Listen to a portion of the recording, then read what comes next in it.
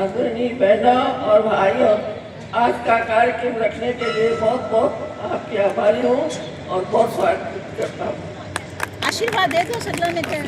ऐसा कहना चाहूँ कि जैसे मेरी मम्मी ने हम दोनों बहनों को बचपन से डॉक्टर बनाया, मेरी बड़ी बहन भी डॉक्टर है, तो उन्हें हमेशा हमें डॉक्टर बनाया और साथ ही साथ हमें परिवार को भी जोड़े रखने की शिक्षा दी।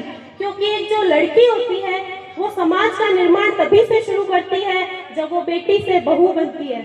तो आप जब बहू बनते हैं तो आप उस नए घर के रहन सहन तरीके को अपनाते हैं और उसको आप में वो जो नया रहन सहन तरीका, उस परिवार का पहनावा आप में। और इस कार्यक्रम के आयोजक और समस्त मातृशक्ति को मेरा सादर वंदन, और मारवाड़ी में कहूँ तो सबको मेरे पगे लागना।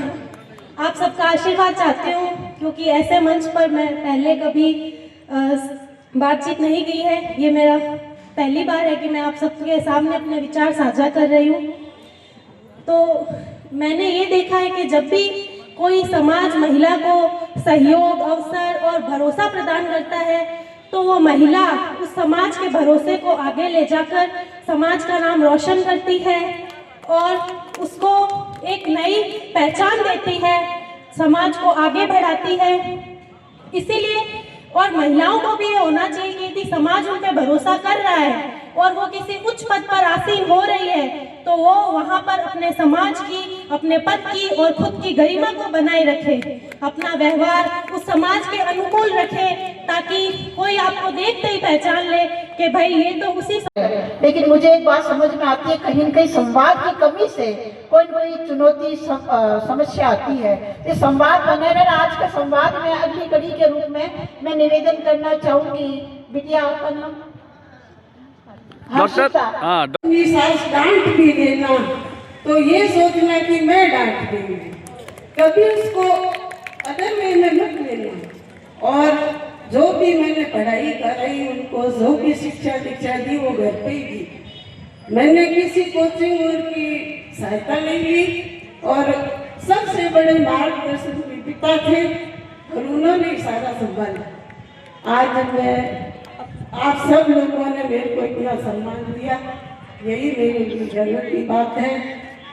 और एक पौधा अपन बो देते हैं लेकिन उसको आगे संभालने वाला भी चाहिए। तो उनके ससुराल वालों ने भी उतना ही सहयोग किया जितना हमने किया। ठीक है, ऐसा होता है ना तो बेटे बेटी में कोई फर्क नहीं महसूस होता है। ठीक है, जय मातृशक्ति, जय पुष्करना समाज। उसको थोड़ा थोड़ा सुनने में मिलता ही है कि उसके ससुराल से तो बहुत अच्छा आया, तुम्हारे पियर से ऐसा आया नहीं, वो ऐसी वैसी थोड़ी बहुत सुनने को मिलती है। फिर वो जाके अपनी माँ को बोलती है तो उस माँ को मजबूरन थोड़ा करना ही पड़ता है। तो सबसे पहले मैं ये शुरुआत यहीं से होती है। सबसे पहले वो जो सास बन रही है वो थोड़ा सा धैर्य रखे। अगर उनकी देवरानी के बेटे के ससुराल से अगर कुछ आ रहा है तो वो ये बोले कि नहीं, मेरे जो भी आया है वो बहुत अच्छा आया है, या फिर मैंने मना कर दिया था इस वजह से नहीं आया। थोड़ा सा वो धैर्य रख के अपनी बहू से ये बात बोल देगी ना तो फिर वो बहू अपने पियर में जाकर अपनी माँ को कुछ नहीं बोलेगी और फिर वो माँ है वो हिम्मत थोड़ी। या हमको ऐसा लगता है कि हमें जो नहीं मिला वो सब कुछ हम बच्चों को दे देवे। ऐसा भी नहीं होना चाहिए। बच्चों को दीजिए, बच्चों को समझाइए, बच्चों को बाहर निकालिए, क्योंकि उनके लिए ही नहीं, मैं आपको कहूँ नेक्स्ट जनरेशन के लिए भी ये जरूरी है। पर उनको अपना लिमिट भी बताइए। जैसे पहले ये कहा कि बच्चों में धैर्य नहीं है, ये बात सही है।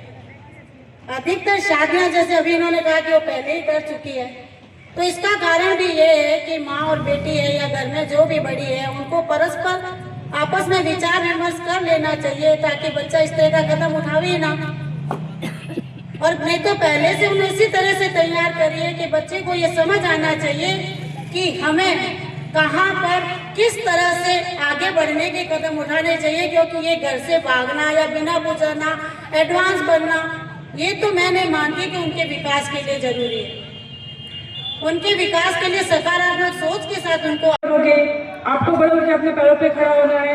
पढ़ाई में हमेशा मुझे पुश करते रहे, मुझे नहीं, मेरे दो भाई बहन और भी हैं, उन्हें भी हमेशा हमेशा कहते रहे कि कैरियर को लेके बातें करते रहे हमेशा। तो अपना आप से एक दिमाग में डेवलप होने लगा कि नहीं, मुझे बड़ा होकर कुछ बनना है। ग्रेजुअली वो ड्रीम्स चेंज होते रहे, रियलिटी हर्ट होती रही कि नहीं ये फॉरेन तो नहीं जा सकते, पायलट तो नहीं बन सकते, चलो बैंक्स में ट्राई करते हैं, MBA करते हैं। फिर लगा कि MBA में भी वो बैंक्स में नहीं हुआ तो फादर ने कहा चलो आप RS करो। तो कुल मिला के वो जो स्टेज था उन्होंने धीरे धीरे डेवलप किया मेरे लिए। यही बोला कि आपको कुछ ना कुछ तो बनना है, अपने पैरों पे खड़ा होना है। उसमें मेरे फादर ने मुझे बहुत सपोर्ट किया। उनका फुल सपोर्ट था कि आप खड़े होइए, आप पढ़ाई कीजिए, आपको जहाँ जाना वहाँ जाइए, मेरा आपको फुल सपोर्ट है। तो मेरे फादर का एक बहुत बड़ा रोल रहा इसमें। तो मैं एक और बात कहना चाहूँगी, मातृशक्ति का तो बहुत रोल रहता है, लेकिन पितृशक्ति का भी बहुत बड़ा हाथ होता है इसमें। और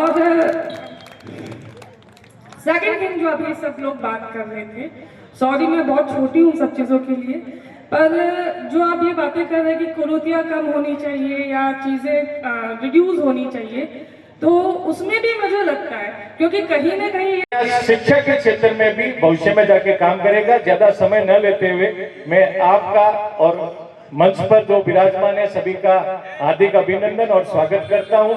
और पुजारी बाबा जी, मैं एक बात कहना चाहूंगा, क्योंकि आज हमारे पास में मंच पे SN हरजी भी विराजमान है। एक अखिल भारतीय पुष्टिकर सेवा परिषद है और राष्ट्रीय लेवल का हमारा एक संस्थान है जो हमारे बुजुर्गों की देन रही है और लंबे समय से उसका वर्चस्व है। लेकिन किसी कारणवश कभी ऐसा दौर आ जाता है कि संस्था में विघटन हो जाता है, तो मैं सोचता हूँ वो विघटन की घड़ियां SN हरजी निवेदन कर चुका हूँ कि इस मंच का सवे के बाद में एक बैठक रहेगी और मेरा अनुरोध रहेगा कि जो 3 संस्थाएं इस एक संस्था की बन गई है उन बैठना चाहिए। जो आज जिन लोगों का हम सम्मान करने जा रहे हैं वो आज स्टेज की शोभा बढ़ाने वाले। तो मैं ये कल्पना करता हूँ कि स्टेज नीचे है, अपन इधर बैठे हैं, तो आप लोगों का सभी का बहुत बहुत अभिनंदन। ये सावास संस्कृति ही है जिसकी वजह से आज हमें ये अवसर मिला है। हमारे विद्वान पंडित जन इतना मंथन करके मातृशक्ति की भूमिका बहुत बड़ी इम्पोर्टेंट भूमिका है। और ज्योति रंगा जी से मेरी बात हुई थी, उन्होंने कहा 3 पीढ़ियां, दादा दादी, दादी और नानी, माता, सास, बेटी और बहू। और मैं आपके सामने मैं खड़ी हूँ, मैंने हर भूमिका को अदा कर रही हूँ। मैं बेटी भी, मैं माँ भी, मैं बहू भी, मैं सास भी, और आप सबके आशीर्वाद से मैं दादी भी। सभी ने मैं पुष्करणा समाज को नमन करती हूँ और भगवान को वास्तव में दिल से धन्यवाद देती हूँ कि जब भी पैदा करे मुझे पुष्करणा समाज में करना, क्योंकि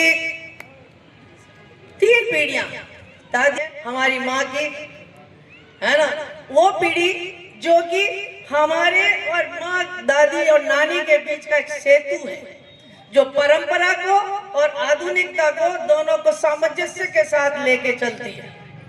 हम आधुनिकता में भी जी रहे हैं। वो गए जमाने जब मैं अपने बेटे के लिए बहू देखने गई थी, मिलने गई थी उससे, नन्ही से, मैंने नहीं पूछा कि तने चौको चुल्लो आवे नहीं, आई नेवर आस्क्ड। और मैं दावे के साथ कह सकती हूँ, जितनी भी मेरी मातृशक्ति बैठी है, किसी ने भी कभी जिसने भी गई है या जो भी अपने बच्चे के लिए देखेगी, वो ये नहीं कहेगी कि बेटी को, बहू को रसोई संभालनी आवेगी, क्योंकि हमें ये लगा कि सावे पर कोई कार्यक्रम ऐसा होना चाहिए जो अलग हटके हो, क्योंकि बाकी तो आयोजन बहुत हो रहे हैं। तो एक मंथन करके ये बात सामने आई।